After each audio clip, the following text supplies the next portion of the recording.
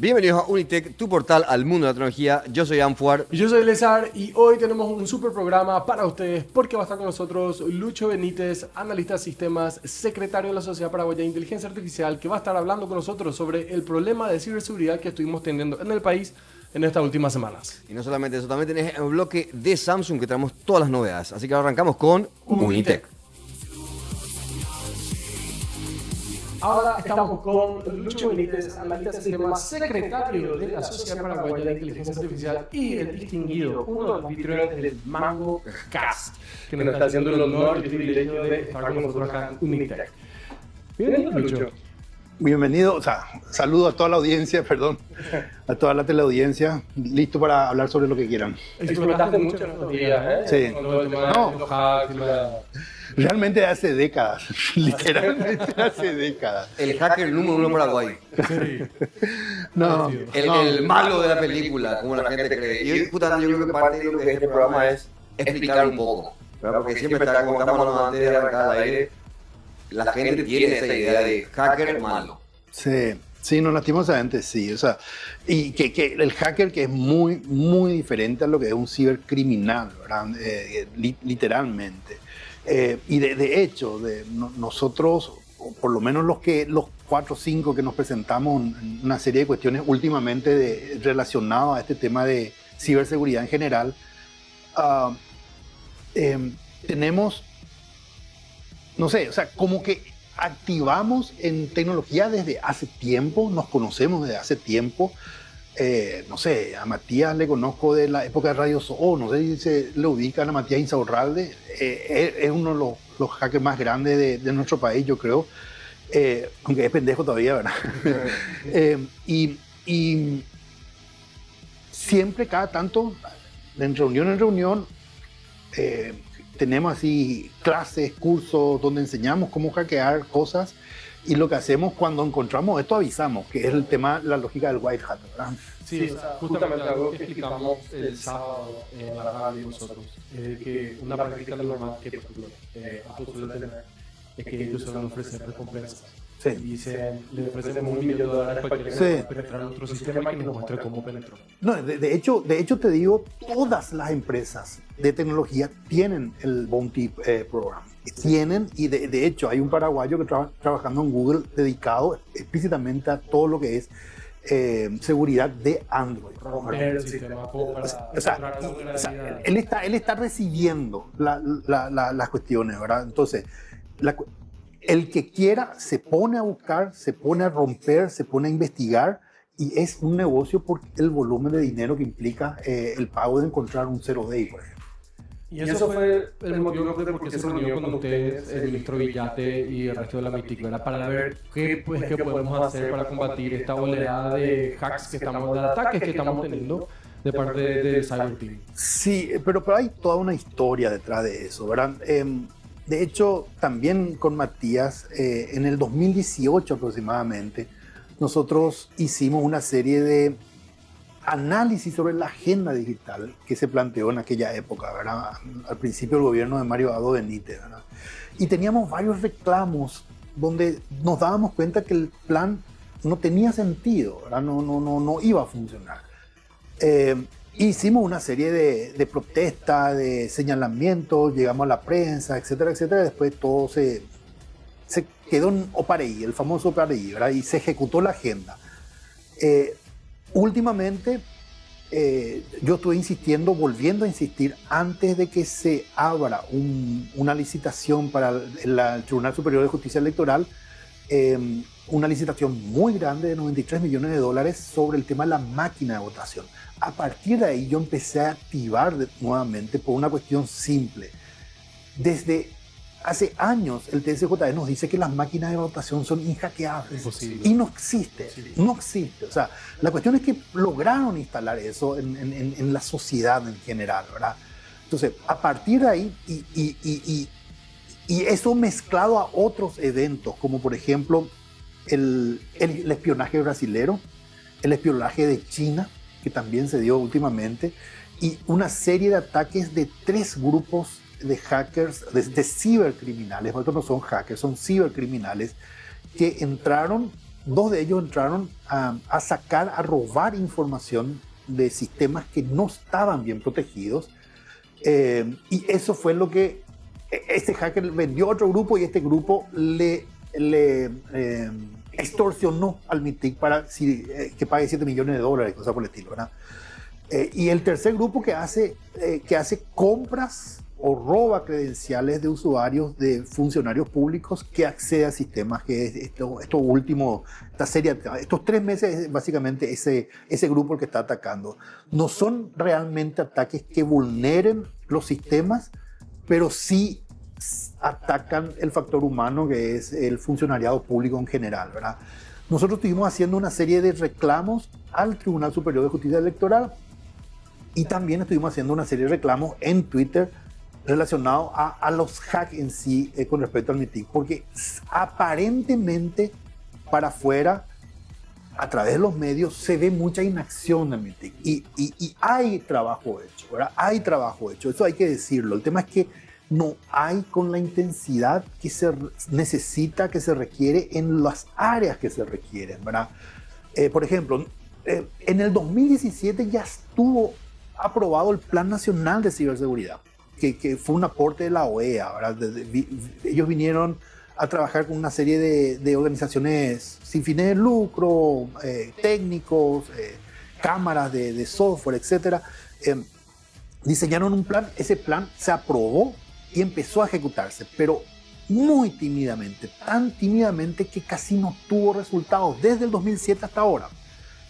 Y encima, o sea, como que ya había que cambiar, ¿verdad? Y desde el 2023 más o menos empezó un proceso de actualizar esa estrategia con la OEA, también de vuelta con la OEA, con apoyo de la OEA, y de alguna manera ese trabajo es lo que se aprobó hace unas semanas como la Estrategia Nacional de Ciberseguridad, que es la nueva. El tema es que eso es papel, el papel aguanta todo, ¿verdad? El tema es cómo se hace eso, cuánto dinero pones, la voluntad política de las instituciones. Y acá hay que tener en claro una cosa: MITIC es poder ejecutivo.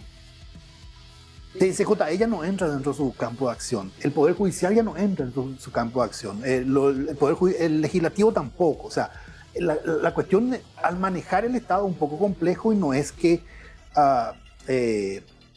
se hacen así nomás las cosas. O sea, tiene que haber leyes, tienen que haber decretos, tienen que haber capacidad técnica, tiene que haber capacidad técnica en las instituciones, no solamente en el MITIC, en la policía, cada institución pública tiene que tener su departamento de IT, ¿verdad? Con su especialista que se encarga de manejar lo que son los sistemas y la seguridad. No sé qué. Yo creo que no es a eso me refiero, sino que también a que, por más que existe, porque de hecho la policía tiene su IT, muchos entes tienen, al no haber leyes, no hay nada que diga, este es el parámetro de cómo, claro, no es estándar para la sociedad. Pero, a ver, o sea, acá hay que entender el modelo, porque yo creo que el modelo es el que está mal. O sea, tenés cierto una dirección de tecnología de información, pero tenés 2 personajes. Claro. Y de repente los sistemas ya son cientos, ¿verdad? La infraestructura ya es importante, la inversión ya es importante. Con 2 personas no haces mucho. Entonces, ¿qué sucede? Se terceriza, se empieza a tercerizar. Y está bien tercerizar diferentes tipos de servicios, como el tema de desarrollo de software, mantenimiento de la página web, el diseño gráfico, por ejemplo. Pero seguridad ya no. Seguridad ya es un tema de Estado. Porque hay ya una vulnerabilidad, porque el tercerizado es como el también la llave. Exactamente. Exactamente. Más que son las posibilidades de un error humano dentro de algo que está fuera de tu control como institución. Sí, exactamente. Y eso me hace recordar de una experiencia en el sector privado, cuando en un banco recuerdo que nos planteaba una empresa tercerizada el instalar una página web en el banco. Nos pedían una serie de requisitos, ¿verdad? Y yo estaba del lado de analizar la arquitectura para tener un análisis de ciberseguridad, ¿verdad? Y le dije, no, este esquema no vamos a usar otro. No vamos a usar este esquema. Hubo una discusión tremenda con la empresa tercerizada en el sector privado, ¿eh? Finalmente ganó mi postura, hicimos como dije. Ponele que 1 o 2 meses después a esa persona se le despide de esa empresa. Y en esa misma semana todos los sitios de esa empresa que vendió esa empresa cayeron, menos ese banco. O sea, ¿entendés la implicancia de esto? El factor humano. El factor humano. Eso me recuerda mucho a lo que fue el hack tan grande de esta telefonía hace unos años. También. Donde al final era uno de sus propios empleados que estaba enojado y él fue el que vulneró el sistema. También. O sea, la cuestión es, seguridad no es algo que puedes dejar a un tercero, en donde en muchos casos ese tercero es la cara de un extranjero, ¿verdad? Porque se trae representación de marca, ¿verdad? Y entonces necesitas capacidad local donde tenés que tener técnicos bien preparados en todas las instituciones, no solamente en el MITIC. Claro, y eso es lo que decía justamente, que para nosotros no hay un estándar, no está nada bien ejecutado desde el vamos. Así mismo. O sea, vos hablas, por ejemplo, ya que hablamos de lo que es un error humano. Probablemente no hay ningún tipo de estándar de cómo la gente ingresa a un instituto público y que tenga un PNR consigo, una computadora que esté vulnerada. Sí. No, o sea, desde lo más básico no tenemos nada. Sí, o sea, a ver, hay algunas cosas que se hicieron. Por ejemplo, tenemos un estándar de seguridad de la información aprobado por el INTN, pero está el estándar ahí, no hay una entidad que tome ese estándar y obligue a las instituciones a tener, ¿verdad? Y porque el obligar implica que cada institución va a tener que analizar eso que decís, ¿verdad? Y implica una penalización también. También, que se cumpla. Claro, porque al final alguien tiene que hacerse responsable del dato, mi dato que robaron. ¿Y qué es lo que está pasando acá con los hacks? Así hablando de un modo rápido, rápido y sencillo. Vamos a empezar de lo más básico. Todos los hacks, esto que estuvimos teniendo durante estas últimas semanas, esto es una vulnerabilidad de sistema, de lo que es el software, o es una vulnerabilidad humana, en el sentido, alguien le falló. Puramente humana. ¿Por qué? Está el sistema Ministerio de Salud Pública, sí, por ejemplo, por decirlo así, que de hecho es una de las páginas que se publicó en estos días. Alguien entró con un usuario y un password legítimo de ese sistema. O sea, no es que se agujereó algo. O sea, que no es que rompieron. No es que rompieron. Absolutamente. Con código. Ahora, ese password, ese usuario, en algún momento se le robó a un funcionario y se pudo haber comprado en la Deep Web, en la Darknet. ¿Entendés? O sea, ellos se van, compran y vienen y prueban. Es más, hace poco fue que todos los datos tipo se filtraron en la web. Se vendían por $300 todos los paraguayos. Sí. No te digo. O sea, yo compré hace poco. Yo compré todos los datos hace poco. No, por $10 compras un paquete, te trae 1000 cuentas de diferentes instituciones. ¿Entendés? Estaba aburrido, así que compré tipo los datos de todos los paraguayos. Vamos a ver. No, pero pueden ser contraseñas. Claro. Era en un mercado ruso de la DIC, famoso de la DIC Web, de la Darknet. Pero, o sea, está eso, es una realidad. La cuestión es, y ahí es donde entran otras cosas. Porque una cosa es ciberseguridad, que es, yo tengo mi hardware, mi arquitectura, mi sistema, mi gente entrenada, las leyes, etc. Pero otra cosa también es inteligencia. Inteligencia significa que algún equipo vaya a la Darknet, vaya a ver estos grupos para traer la información que hay, para prevenir ataques en el futuro. Eso se tiene que hacer también. Claro, está el famoso, ¿cómo se llama en inglés? Era el honeycomb, creo que es. El honeypot, sí. Justamente los hackers crean que están ingresando a algo y encontrás ahí, por lo mejor, ciberdelincuentes. A ver. El tema es, y acá vamos a entrar a varias cuestiones, ¿verdad? El que sabe no cae a eso, ¿verdad? Lo que vos haces normalmente es para que el programa, una cosa es cuando un hacker o un cibercriminal está operando, buscando un agujero en tu máquina, en tu servicio. Y otra cosa es cuando vos dejas, escaneame todo esto y verificame todo esto. Y un programa en el que te haga. Normalmente el honeypot sirve para el bot, para darle más tiempo al bot y para que levante más alarmas en el firewall, como para poder bloquear eso. Esa es la idea de eso, ¿verdad? Hay otras técnicas. El tema es que ahora ese bot ya tiene... Eso lo hace mucho más rápido. Mucho más inteligente, mucho más peligroso. Y ahí se vuelve mucho más complejo. Y de hecho, tenés ahí de este lado, o sea, del lado del cibercriminal, y tenés del otro lado. Pero vamos un poco a volver a lo que es el factor humano, ya que dijiste que eso es donde no sé, Donde fallamos. 100% donde se falló o donde hay más probabilidades que se falló. Porque algo que lo del Cyber publicaban en la red, burlándose del ministro de Villate, de que su contraseña era 13456.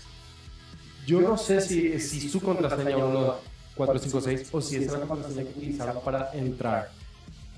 Pero estábamos hablando con Ámbar de esto, ¿verdad? De que normalmente cuando entra alguien nuevo a una tía, se le da su usuario y se le da una contraseña random que cuando te ingresas por primera vez te obliga a cambiar. Sí. Y ahí esa persona ya puede poner un 456 porque no quiere romperse la cabeza. Sí. Es el factor humano del que estamos hablando, que es donde se falla. Bueno, o sea, ahí hay un mix. En lo que explicás hay un mix, ¿verdad?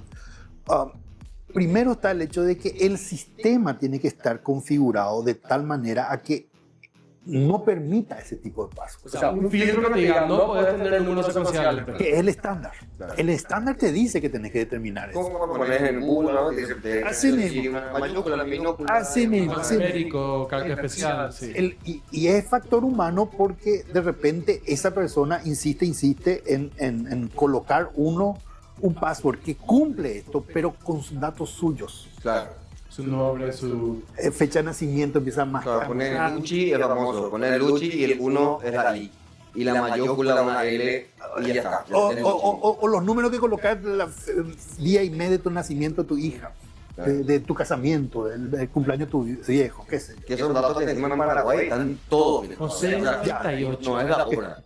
Claro, pues, lo que pasa es que al final del día también son datos, como justamente estaba comentando Luchi, que son datos que existen, o sea, se nos ha quedado ahora, pero de eso ya, yo me acuerdo de la montada de ser, yo tenía amigos cuando era mucho más joven, de 20 años atrás, que la policía tenía esos datos, que tenían cédula, tenían, pues, que Paraguay se quita la cédula, tenían el nombre y apellido y número de teléfono de todos los usuarios. Entonces la policía en su casa. Sí.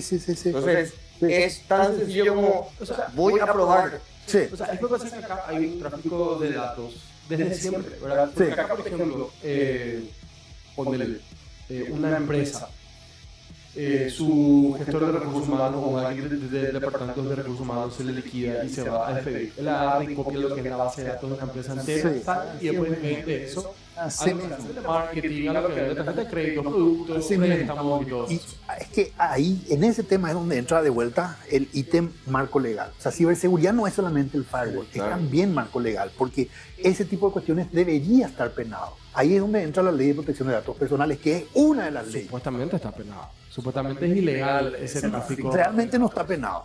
Realmente ahora no existe una ley que te impida a vos hacer ese tipo de cuestiones. Y si te pillo yo, no vas a pagar ni multa ni cárcel por eso. Te cuento. Lo que sí está penado prácticamente es lo que es dato financiero, que es explícitamente, es específico. Mi cuenta bancaria. Por ejemplo, tus movimientos de la cuenta bancaria, tus movimientos con facturas, por ejemplo. Transferencia. Por ejemplo. Sí. Eso sí está penado y hay persecución penal sobre eso, ¿verdad? Pero no, en general no hay más.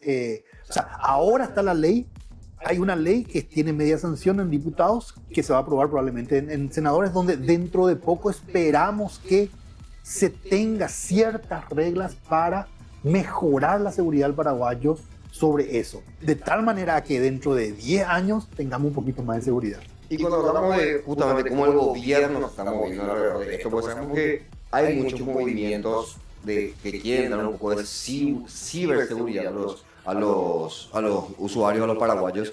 En verdad se está moviendo algo, o sea, si bien mencionaste que se está haciendo, en verdad se está haciendo, o sea, el gobierno tiene esas ganas, se está trancando mucho, algo que, como comentaba Mango Cast, tenés hace 16 años, me imagino que esto no es un tema de conversación, Luchi, que lo están haciendo ahora los jóvenes de 40 y pico, ¿verdad? Sino que ya es algo que hace tiempo te viene preocupando, ¿verdad? No. De hecho, tenemos varios programas MangoCast en mi blog donde mostrábamos cómo, que son los mismos de ahora, el mismo tipo de vulnerabilidad que había en el 2008, por ejemplo, ¿verdad? Que mostré hace poco.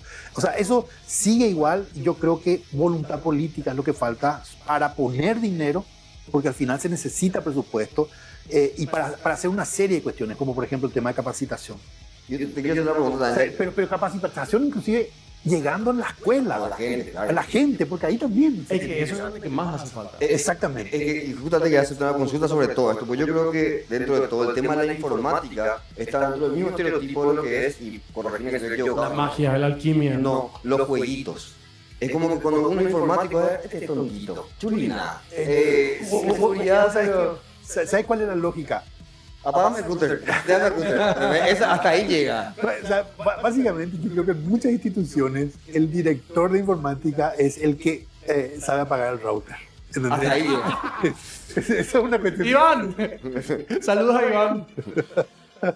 Pero son cosas que hay, es nuestra realidad, o sea, la familia es así. O sea, de hecho, si sos médico, seguro tenés que pagar por lo menos una hora, 300.000, 500.000 ni para la consulta. Al informático no, vos sí o sí le tenés Sí, que no, pagar. desde...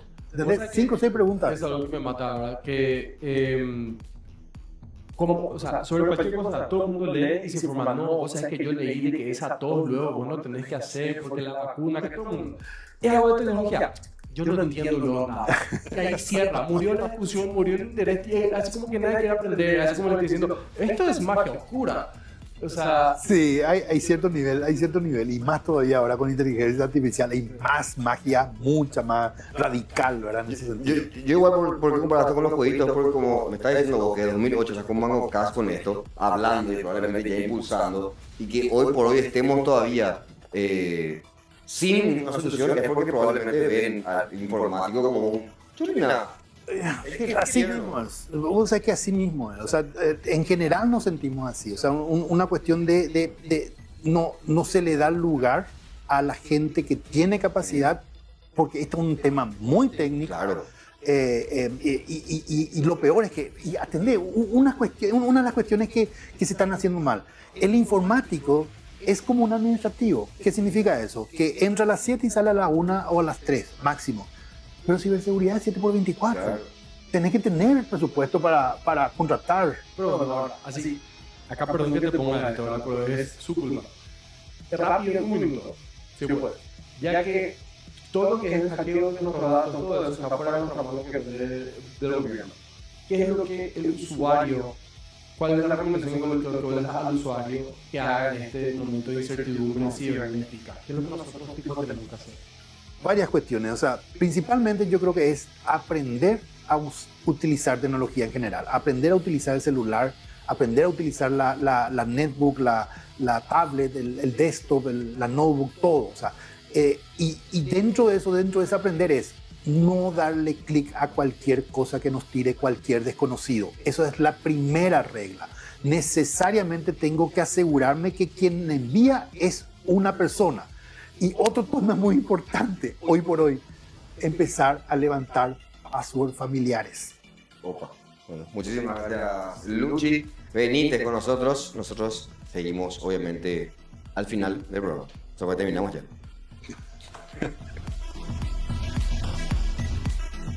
Con tus tarjetas Mastercard Bueno Bank, cada compra te acerca a los octavos de la final de la Conmebol Libertadores. Suma cupones y participa por entradas para alentar desde adentro. Con Mastercard y Bueno Bank, jugás en equipo.